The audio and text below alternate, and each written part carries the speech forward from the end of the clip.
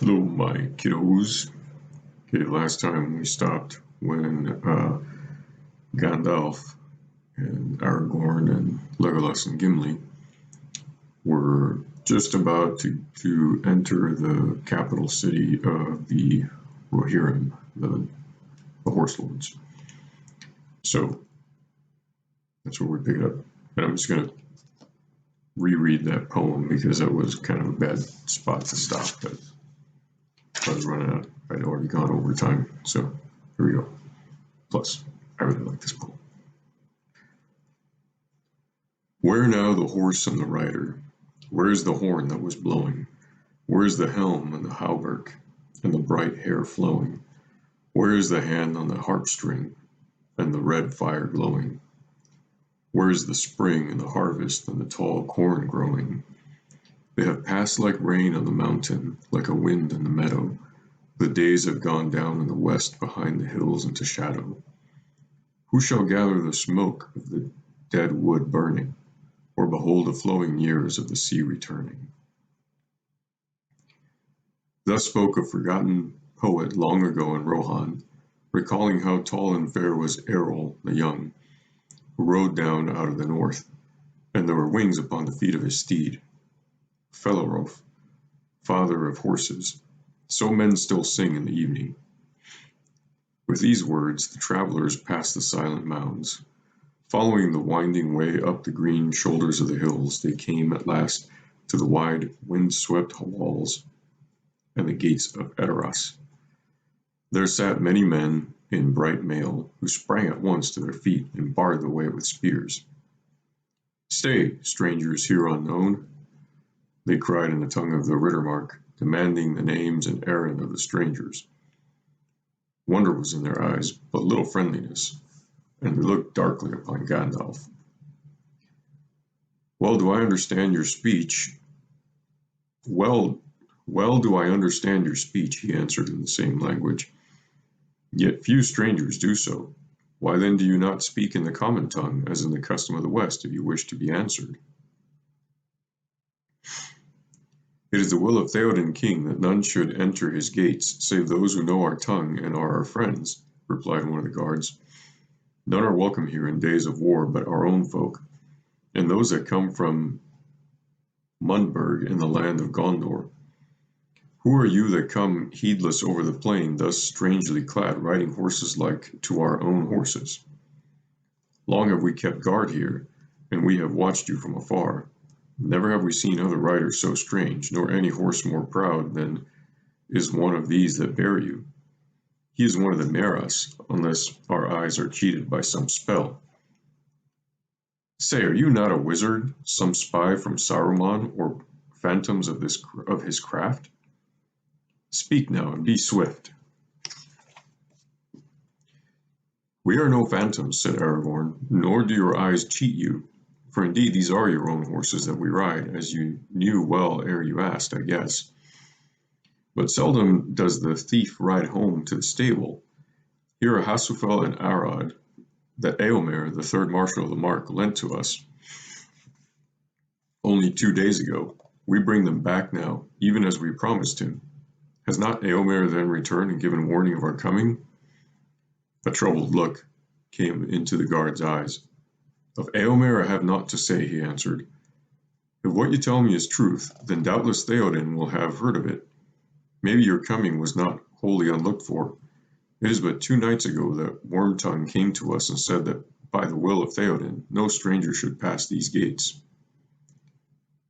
"Wormtongue," said Gandalf, looking sharply at the guard. "Say no more. My errand is not to Wormtongue, but to the Lord of the Mark himself. I am in haste. Will you not go or send to say that we are come?" His eyes glinted under his deep brows as he bent his gaze upon the man. "Yes, I will go," he answered slowly. "But what name shall I report, and what shall I say of you? Old and weary you seem now, and yet you are fell and grim beneath, I deem." "Well do you see and speak, Well do you see and speak," said the wizard, "for I am Gandalf. I have returned. And behold, I too bring back a horse. Here is Shadowfax the Great, whom no other hand can tame, and here beside me is Aragorn, son of Arathorn, the heir of kings, and it is to Mundburg that he goes. Here also are Legolas the elf and Gimli the dwarf, our comrades. Go now and say to your master that we are at his gates and would have speech with him, if he will permit us to come into his hall. Strange names you give indeed, but I will report them as you bid, and learn my master's will, said the guard. Wait here a little while, and I will bring you such answers as seem good to him. Do not hope too much. These are dark days. He went swiftly away, leaving the strangers in the watchful keeping of his comrades. After some time he returned. Follow me, he said. Theoden gives you leave to enter, but any weapon that you bear, be it only a staff, you must leave on the threshold. The door wardens will keep them. The dark gates were swung open. The travelers entered, walking in file behind their guide. They found a broad path, paved with hewn stones, now winding upward, now climbing in short flights of well-laid steps. Many houses built of wood and many dark doors they passed. Beside the way in a stone channel a stream of clear water flowed, sparkling and chattering. At length they came to the crown of the hill. There stood a high platform above a green terrace, at the foot of which a bright spring gushed from a stone carved in the likeness of a horse's head. Beneath was a wide basin from which the water spilled and fed the falling stream. Up the green terrace went a stair of stone, high and broad, and on either side of the topmost step were stone-hewn seats. There sat other guards, with drawn swords laid upon their knees. Their golden hair was braided to their shoulders, the sun was blazoned upon their green shields. Their long corselets were burnished bright, and when they rose, taller they seemed than mortal men. There are the doors before you, said the guide. I must return now to my duty at the gate. Farewell, and may the Lord of the Mark be gracious to you. He turned and went swiftly back down the road. The others climbed the long stair under the eyes of the tall watchman. Silent they stood now above and spoke no word, until Gandalf stepped out upon the paved terrace at the stair's head. Then suddenly, with clear voices, they spoke a courteous greeting in their own tongue. Hail, comers from afar, they said, and they turned the hilts of their swords towards the travelers in token of peace. Green gems flashed in the sunlight. Then one of the guards stepped forward and spoke in the common speech. I am the doorward of Theoden, he said. Hama is my name. Here I must bid you lay aside your weapons before you enter. Then Legolas gave into his hand his silver-shafted knife, his quiver, and his bow.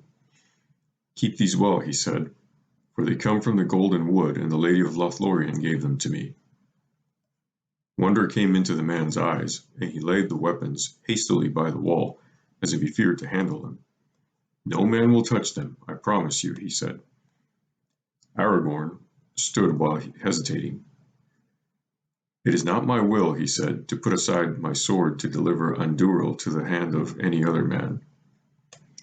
It is the will of Theoden, said Hama. It is not clear to me that the will of Theoden, son of Thengel, even though he be Lord of the Mark, should prevail over the will of Aragorn, son of Arathorn, Elendil's heir of Gondor. This is the house of Theoden, not of Aragorn, even were he king of Gondor on the seat of Denethor, said Hama, stepping swiftly before the doors and barring the way. His sword was now in his hand, and the point towards the strangers. This is idle talk, said Gandalf. Needless is Theoden's demand, but it is useless to refuse. A king will have his way in his own hall, be it folly or wisdom. Truly, said Aragorn, and I would do as the master of the house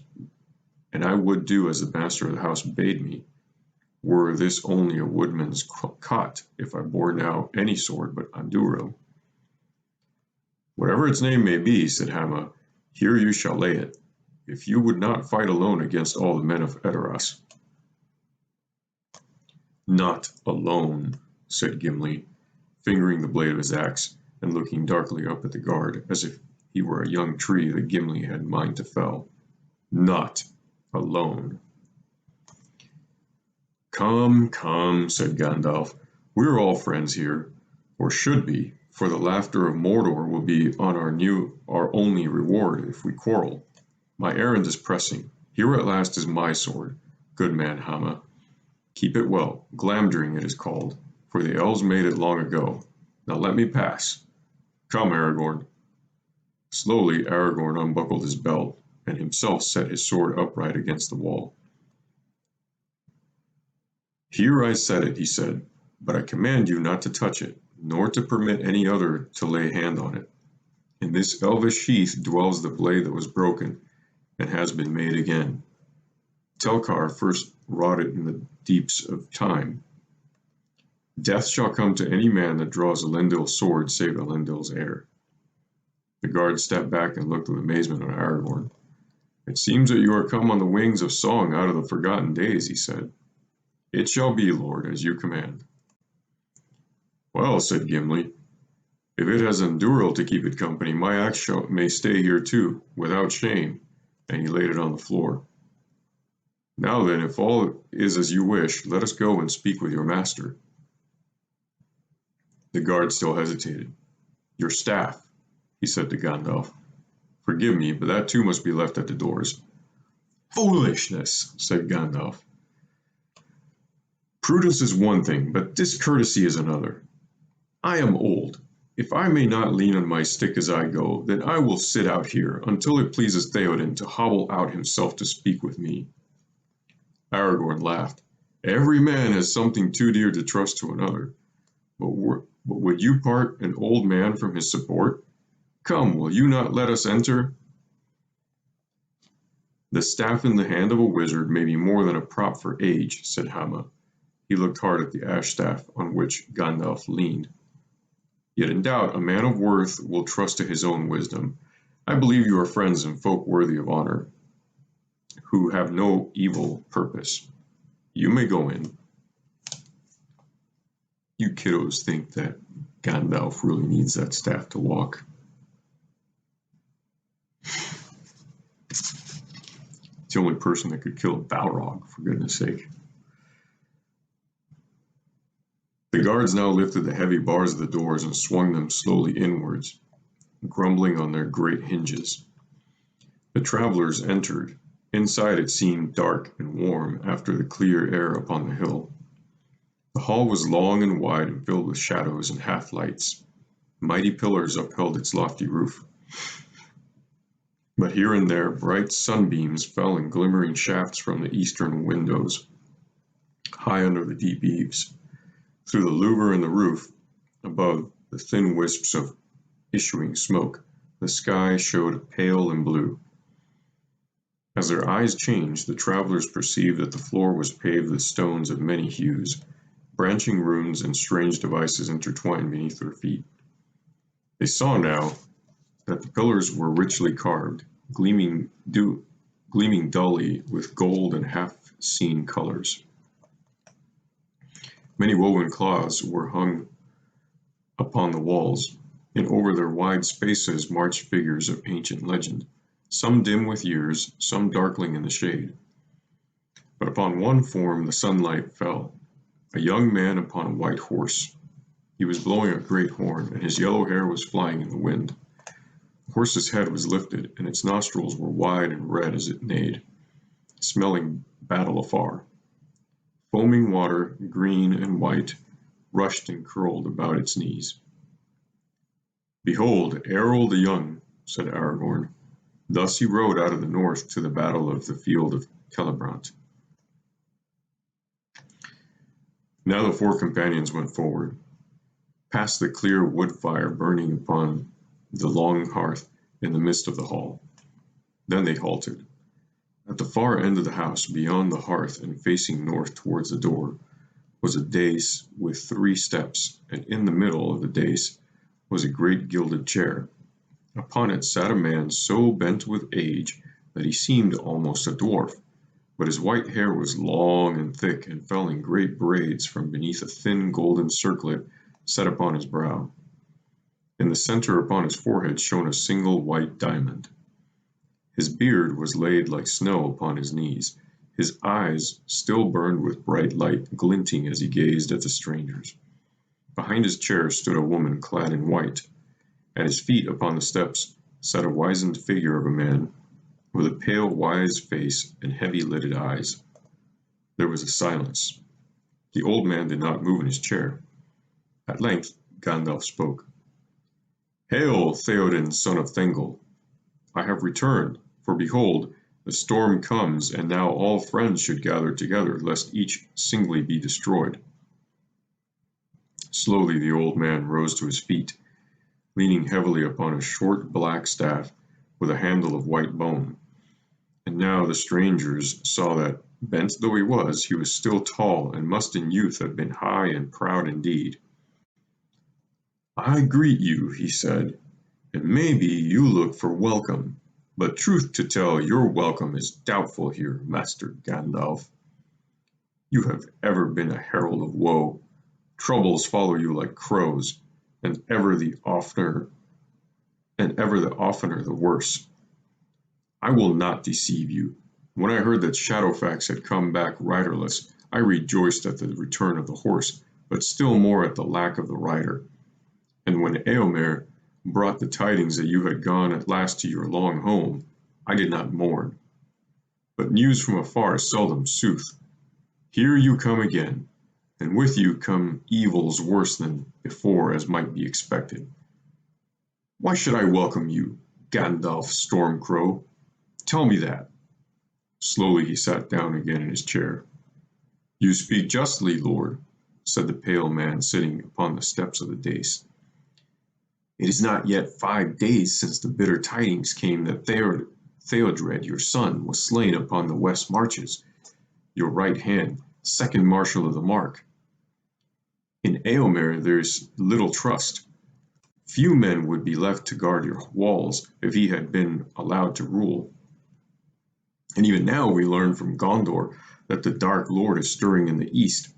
Such is the hour in which this wanderer chooses to return. Why indeed should we welcome you, Master Stormcrow? Last spell, I name you, ill news, and ill news is an ill guest, they say." He laughed grimly as he lifted his heavy lids for a moment and gazed on the strangers with dark eyes. "You are held wise, my friend Wormtongue, and are doubtless a great support of your master," answered Gandalf in a soft voice. "Yet in 2 ways may a man come with evil tidings. He may be a worker of evil, or he may be such as leaves well alone, and comes only to bring aid in the time of need." "That is so," said Wormtongue, "but there is a third kind, pickers of bones, meddlers in other men's sorrows, carrion fowl that grow fat on war. What aid have you ever brought, Stormcrow? And what aid do you bring now? It was aid from us that you sought last time that you were here. Then my lord bade you choose any horse that you would and be gone, and to the wonder of all you took Shadowfax in your insolence. My lord was sorely grieved, yet to some it seemed that to speed you from the land the price was not too great. I guess that it is likely to return out of the same once more. You will seek aid rather than render it. Do you bring men? Do you bring horses, swords, spears? That I would call aid. That is our present need. But who are these that follow your tail? 3 ragged wanderers in gray, and you yourself the most beggar-like of the 4. "The courtesy of your hall is somewhat lessened of late, Theoden, son of Thengel," said Gandalf. "Has not the messenger from your gate reported the names of my companions? Seldom has any lord of Rohan received 3 such guests. Weapons they have laid at your doors that are worth many a mortal man, even the mightiest. Gray is their raiment, for the elves clad them, and thus they have passed through the shadows of great perils to your hall." "Then it is true. "As Eomer reported that you are in league with the sorceress of the Golden Wood," said Wormtongue. "It is not to be wondered at. Webs of deceit ever were woven in Dwymordene." Gimli strode a pace forward, but felt suddenly the hand of Gandalf clutch him by the shoulder, and he halted, standing stiff as stone. In Dwymordene, in Lorien, seldom have walked the feet of men. Few mortal eyes have seen the light that lies there ever, long and bright. Galadriel, Galadriel, clear as the water of your well, white as the star in your white hand, unmarred, unstained as leaf and land, in Dwymordene and Lorien, more fair than thoughts of mortal men. Thus Gandalf softly sang, and then suddenly he changed. Casting his tattered cloak aside, he stood up and leaned no longer on his staff, and he spoke in a clear, cold voice. "The wise speak only of what they know, Grima, son of Galamod. A witless worm have you become. Therefore be silent, and keep your forked tongue behind your teeth. I have not passed through fire and death to bandy crooked words with a servingman till the lightning falls." He raised his staff. There was a roll of thunder. The sunlight was blotted out from the eastern windows. The whole hall became suddenly dark as night. The fire faded to sullen embers. Only Gandalf could be seen, standing white and tall before the blackened hearth. In the gloom they heard the hiss of Wormtongue's voice. "Did I not counsel you, Lord, to forbid his staff? That fool Halma has betrayed us." There was a flash of lightning that had cloven the roof. There was a flash as if lightning had cloven the roof. Then all was silent. Wormtongue sprawled on his face. That's where we end tonight, kiddos. I love you always and forever, no matter what.